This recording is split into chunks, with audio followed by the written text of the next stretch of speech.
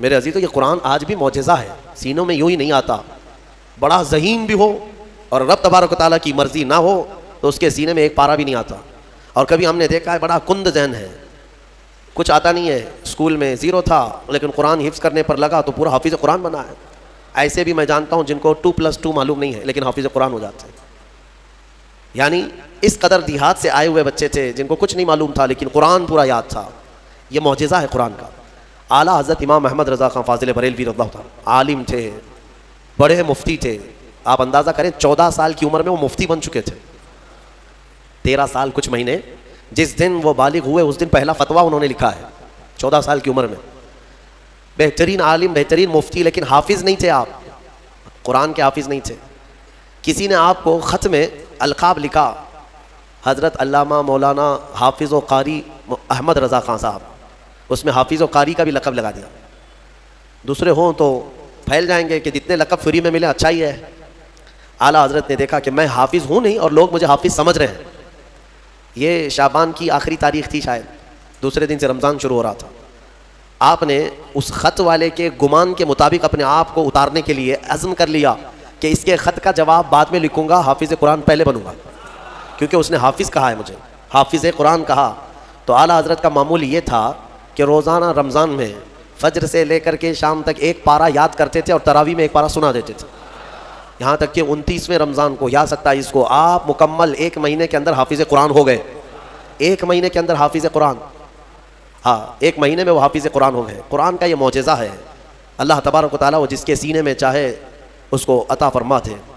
میرے عزیزو آج بھی بہت سارے ایسے بچے ہیں جو قرآن کو یاد کرتے ہیں بہت بچپن میں اور ان کے ذہن کے دریچے ایسے کھل جاتے ہیں. آپ نے مولانا حارث صاحب کے پیچھے بھی تراویح پڑھی ہے، یہ ہمارے بھتیجے ہیں.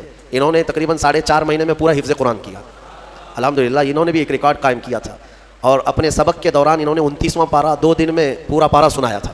آدھا پارہ ایک دن یاد کر لیا. تو یہ اپنے کمال کی بات نہیں، یہ اپنے کسب اور اپنے ذہن کی بات نہیں، رب تبارک و تعالیٰ کی عطا اور فضل. امام اعظم ابو حنیفہ کے ایک شاگرد ہیں امام محمد. یہ چھوٹی عمر میں امام اعظم کے پاس پڑھنے کے لیے آئے. داڑھی نہیں تھی، چھوٹے تھے. تو امام اعظم ابو حنیفہ رحمۃ اللہ علیہ کے پاس بڑے بڑے ان کے جو شاگرد تھے، علماء تھے، محدثین بیٹھتے تھے. اس میں ایک چھوٹی عمر کا لڑکا آیا ہے. تو امام اعظم نے ان کو ٹال دیا کہ جاؤ بعد میں. لیکن شوق اتنا تھا امام محمد کا کہ وہ ہٹنے کو تیار نہیں تھے. امام اعظم ابو حنیفہ نے ان کو ٹالنے کے لیے کہا کہ بیٹا میں انہی کو پڑھاتا ہوں جو حافظ قرآن ہوتے ہیں، تم حافظ ہو؟ کہا حافظ تو نہیں. حافظ بننے میں 2-3 سال لگ جائیں گے، جب تک تھوڑا سا جوانی آ جائے گی پھر سمجھ لے گا. کہا جاؤ حفظ کر کے آؤ.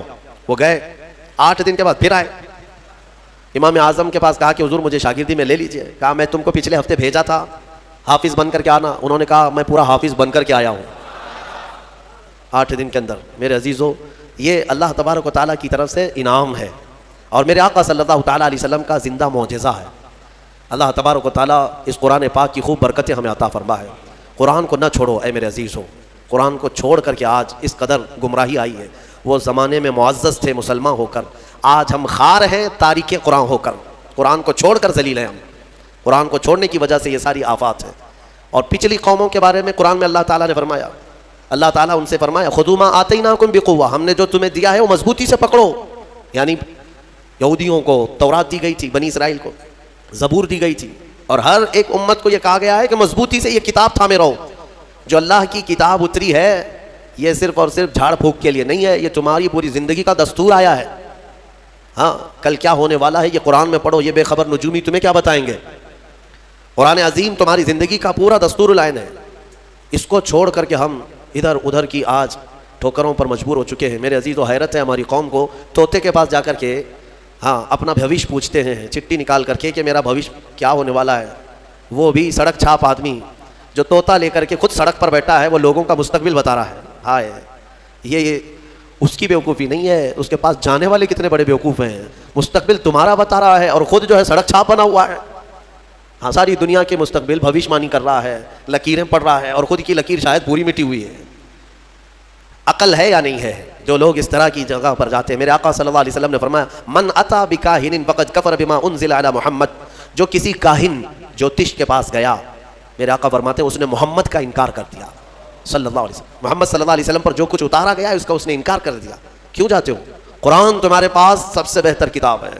قرآن عظیم ساری چیزیں تمہارے پاس اللہ تعالیٰ نے فرمایا ولا رطب ولا یابس الا فی کتاب مبین، کوئی خشکی اور کوئی تری کی بات ایسی نہیں ہے جو ہم نے قرآن میں بیان نہ کیا ہو، سب ہے قرآن میں، اور جو جس طرح سے اس سے فائدہ اٹھائے گا وہ اس کے ظرف کی بات ہے۔ میرے عزیزو کم سے کم آج اتنا تو کرو کہ تلاوت تو کثرت سے شروع کر دو۔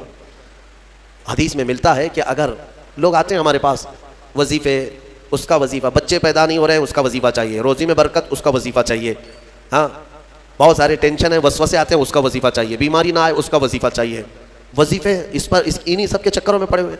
حالانکہ حدیث میں ہے کہ قرآن کی تلاوت تمہیں سارے ذکر سے بے نیاز کر دے گی۔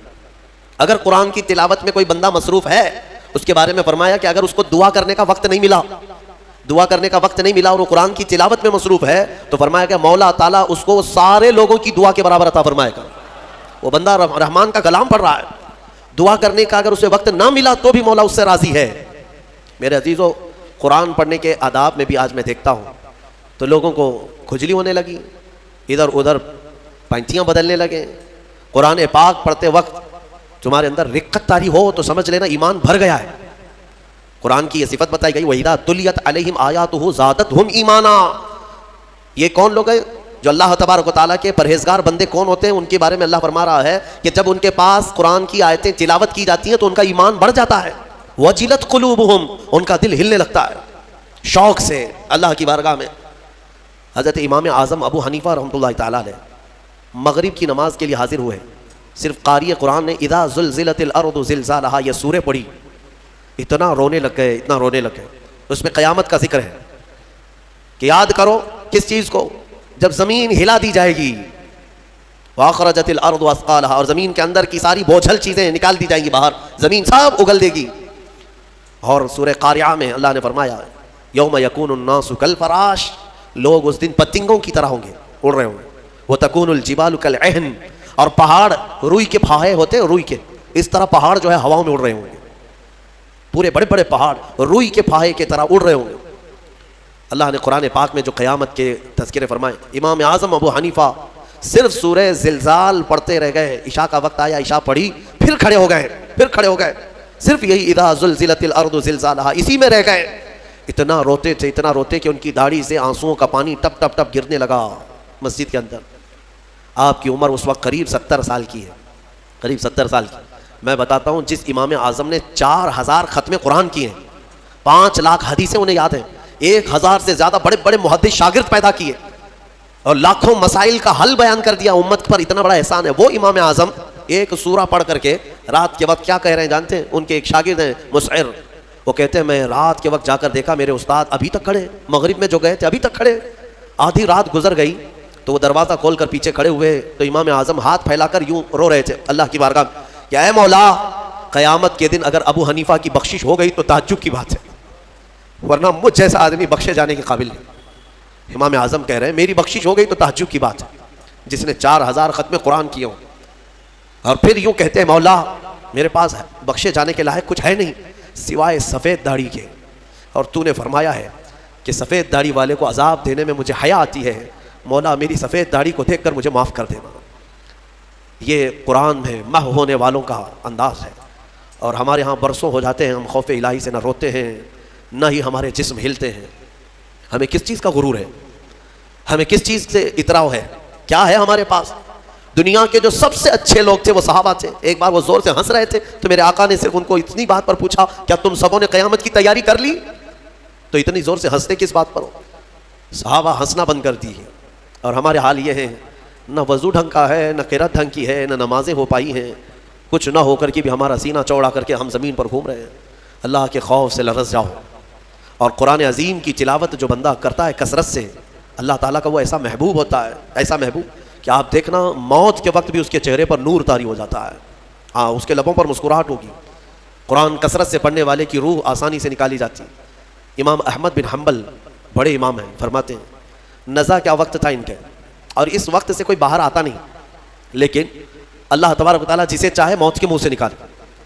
ان کے ساتھ ایسا ہوا کہ قریب موت کا وقت آ گیا اور سانس جو ہے پھڑکنے لگ گئی، ہلکی ہلکی ہو گئی، لگتا کہ اب روح نکلے گی، تب روح نکلے گی۔ اسی اثنا میں وہ کہتے ہیں کہ شیطان قریب آ گیا، شدت کی پیاس لگی تھی، اور شیطان، کس کی بات کر رہا ہوں؟ امام احمد بن حنبل کی۔ شدت کی پیاس لگی تھی اور وہ پانی لے کر قریب آیا اور بار بار مجھے اپنی طرف بلاتا تھا، کیونکہ پانی کے لیے آدمی کہیں پر بھی چلا جائے۔ وہ کہتے ہیں کہ مجھے اندازہ تھا کہ یہ ابلیس ہے، مجھے بہکا رہا ہے، لیکن پانی کی خواہش بھی ہے۔ اور اس کے بعد وہ آپ سے بحث کرنے لگا کچھ معاملات پر، موت کے قریب، جبکہ بولنے کی طاقت بھی نہیں۔ تو اچانک ایک خوبصورت نوجوان آیا، اس نے گھونسے مار مار کر کے شیطان کو بھگا دیا۔ شیطان بھاگ گیا، ڈر کر کے بھاگا۔ امام احمد بن حنبل کہتے ہیں مجھے سکون ہوا، کم سے کم اس کی شرارتوں سے بچ گیا۔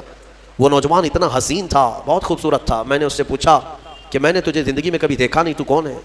وہ نوجوان کہتا ہے احمد بن حنبل، میں سورہ یاسین ہوں، جس کو تم روزانہ تلاوت کرتے تھے۔ اللہ نے مجھے آج یہ شکل دی اور اس ابلیس کو میں نے مار کر بھگایا کہ تمہاری نزع میں وہ تمہیں گمراہ نہ کر سکے۔ بہرحال یہ کیفیت ان کی ختم ہوئی، آپ نے یہ بیان کیا، پھر بعد میں دوبارہ آپ شاید نزع کے عالم میں گئے اور انتقال ہوا۔ لیکن میرے عزیزو، اندازہ کرو، اتنے بڑے امام جن کا حال یہ ہے کہ لاکھوں حدیثوں کے وہ حافظ ہیں، ان کے ساتھ ابلیس اخیر وقت میں ایسے شدت سے گمراہ کرنے کی کوشش کرتا ہے، تو ہمارا اور تمہارا کیا حال ہوگا؟ اگر کوئی چیز اس وقت بچائے گی تو یہ اللہ کا کلام۔ یہاں تک کہ جب قبر میں دفن کر کے لوگ چلے جاتے ہیں تو قبر کے حالات بہت سخت ہیں۔ قبر بڑی چھوٹی ہے، ہم خود ہی کھودتے ہیں، جانتے ہیں کتنی قبر ہوتی ہے۔ اپنے مردوں کو آپ دفنا کر کے آتے ہیں، اتنی ہوتی ہے کہ کروٹ بھی نہیں لے پاتا مردہ، اور وہ بھی اس کو اتنا ٹائٹ کر کے نیچے پتھر یا اینٹ، یہ ڈھیلے سب رکھ کر کے قبلے کی طرف کر کے اس کو بند کر کے آ جاتے ہیں۔ پتہ ہے کس قدر گھبراہٹ ہوتی ہے، بہت گھبراہٹ ہوتی ہے۔ یہ مت سمجھنا کہ مردے کو اب کچھ پتہ نہیں چلتا، یہاں تک کہ حدیث میں ہے تمہارے چلنے کے چپلوں کی آواز تک وہ مردہ سنتا ہے۔ بولنے کی آواز تو چھوڑے، چلنے کی آواز بھی وہ قبر میں سنتا ہے۔ ہر چیز زندوں کے کانوں سے زیادہ کان اس کے تیز سنائی دیتا ہے اس کو۔ اور جب لوگ چھوڑ کر کے جا رہے ہوتے ہیں، وہ اس قدر گھبراہٹ کا شکار ہوتا ہے کہ اس تنگ و تاریک کوٹھری میں پہلی بار اس کو ڈالا گیا ہے، زندگی بھر کبھی اتنے چھوٹے گڑھے میں نہیں سویا۔ ہاں، اب حضور پاک صلی اللہ علیہ وسلم نے فرمایا ہے، رشتہ داروں کو بھی کہا ہے کہ دفنانے کے بعد تھوڑی دیر بیٹھ جاؤ قبر کے پاس کہ اس کی گھبراہٹ کم ہو۔ لیکن کون بیٹھتا کون ہے؟ سب کو اپنی جلدی ہے، عزیز لوگ بھی نہیں بیٹھتے، نکل آتے ہیں، بھائی ہوں، باپ ہوں، بیٹے ہوں، سب نکل کر کے آ جاتے ہیں، الا ماشاء اللہ۔ لیکن اس اندھیری قبر میں جب لوگ قبرستان سے آ جاتے ہیں، عجیب و غریب آوازیں مردے کو سنائی دینے لگتی ہیں، زمین ہلنے لگتی ہے اور دونوں جانب سے دباتی ہے زمین۔ میرے آقا صلی اللہ علیہ وسلم نے فرمایا ان ضغطۃ القبر حق، قبر کا جھٹکا دینا حق ہے، ہر ایک کے ساتھ ہوگا۔ صحابی رسول سعد بن معاذ کے بارے میں حضور نے فرمایا ان کو قبر دبا رہی تھی۔ قبر سب کو دبائے گی، لیکن کچھ کو ایسے دبائے گی کہ ان کی ہڈی پسلیاں الگ ہو جائیں، اور کچھ کو محبت سے دبائے گی۔ لیکن فرمایا کہ قبر جو ہے اس وقت اندھیری اور پھر عجیب و غریب آوازیں، تنہائی الگ، کوئی نہیں ہے قریب، کوئی نہیں ہے۔ اس وقت کچھ لوگوں کی قبر میں ایسا ہے کہ اچانک ایک نورانی شکل کا نوجوان سرانے کے پاس آ کر بیٹھتا ہے اور کہتا ہے میں تیرا دوست ہوں، تو گھبرا مت، میں تیری دوستی نبھانے آیا ہوں۔ مردہ پلٹ کر کے دیکھتا ہے، پوچھتا ہے تو کون ہے؟ تو کہتا ہے میں اللہ کا کلام قرآن پاک ہوں۔ قرآن مقدس رفیق بن کر، انیس بن کر قبر میں آتا ہے۔ میرے عزیزو، اس قرآن سے محبت کرو، اس قرآن سے محبت کرو۔ مجھے افسوس ہوتا ہے رمضان میں بھی کچھ لوگ ایسے ہیں جو قرآن سننا نہیں چاہتے، ان کو سال میں ایک بار ہی تو موقع ملتا ہے، ان موقعوں کو بھی گنوا دیتے ہیں، بازاروں کی زینت بنے رہتے۔ بازار کتنے بازار کرو گے، کتنے سال بھر تو بازار کھلا ہے، کیا یہ تراویح پھر رمضان کے بعد ملنے والی ہے؟ ضائع کر دیتے ہیں۔ ایک تو تم حافظ قرآن ہو نہیں، قرآن گھر میں پڑھتے نہیں، ایک حافظ تمہارے ہاں آ گیا سنانے کے لیے اللہ کا کلام، اس کے لیے بھی پیچھے بھاگ جا رہے ہو، تو گویا کہ تم قرآن کے ساتھ بہت ناانصافی کر رہے ہو، قرآن کو پیٹ پیچھے ڈال چکے، اس کے حقوق نہیں ادا کرتے۔ گھروں میں جا کر کے دیکھو تو بہت اونچے طاق پر اس کو رکھ دیا ہے۔ قرآن پر تو اتنی دھول جمع ہوتی ہے کہ اتنی دھول نہ فریج پر نہ ٹی وی پر، ٹی وی اور فریج اور واشنگ مشین تو روز صاف ہو جاتے ہیں، قرآن پاک پر ہاتھ بھی نہیں لگتا۔ کیوں قرآن کے ساتھ یہ دوہرا سلوک ہے؟ یہی تو ہے میرے عزیزو، درس قرآن اگر ہم نے نہ بھلایا ہوتا، یہ زمانے نے زمانہ نہ دکھایا ہوتا۔ شاعر نے بہت اچھے انداز میں کہا، درس قرآن کو اگر ہم نے نہ بھلایا ہوتا، یہ زمانے نے زمانہ نہ دکھایا ہوتا۔ یہ سارے ہمارے اندر ہیں۔ اٹھو، آج بھی تمہارے پاس وقت ہے، قرآن کو پڑھو، سیکھو۔ اور میں کہتا ہوں آج کے دور کے مسلمان، سخت پکڑ ہوگی تمہارے پاس یہ عذر بھی نہیں ہے کہ اللہ کی بارگاہ میں کہیں گے کہ مولا پڑھانے والا کوئی تھا نہیں، سیکھنے کا کوئی ذریعہ تھا نہیں۔ آج تمہارے ہر ایک کے ہاتھ میں موبائل ہے، قرآن ہے، سینکڑوں قاریوں کی قرت ہے۔ انٹرنیٹ صرف گانے سننے کے لیے نہیں، قرآن سیکھنے کے بھی وہاں ذریعہ موجود ہیں۔ پورے عالم بننے کے مدرسے چل رہے ہیں آن لائن۔ قرآن پڑھانے والے پڑھا رہے ہیں لیکن اب عذر تمہارے پاس کچھ بھی نہیں رہے گا. کیا کہو گے؟ کیا کہو گے کہ ہمارے ہاں کوئی عالم نہیں تھا, کوئی حافظ نہیں تھا, پڑھنے کا موقع نہیں ملا؟ نہیں, تمہاری سخت پکڑ ہوگی. تمہارے پاس سب تھا, تم نہیں چاہتے تھے قرآن پڑھنا, تم نہیں چاہتے تھے. میرے عزیزوں, قرآن کی طرف آ جاؤ. میں آخر میں یہ بھی کہنا چاہوں گا کہ جو حفاظ قرآن ہوں, میں اپنے متعلق نہیں کہہ رہا ہوں, اپنے متعلق نہیں کہہ رہا ہوں, دیگر جو بھی حفاظ قرآن ہیں ان کا ادب بھی بجا لائیں. اللہ کا کلام ان کے سینے میں موجود ہے. اور آج یہ اس مصلی پر, اس محراب میں اس سال کی میری آخری تراویح تھی. انبیاء اکرام علیہ السلام کی جو زبان تھی قرآن میں اللہ نے فرمایا, وہی میں عرض کرتا ہوں ان کی سنت پر.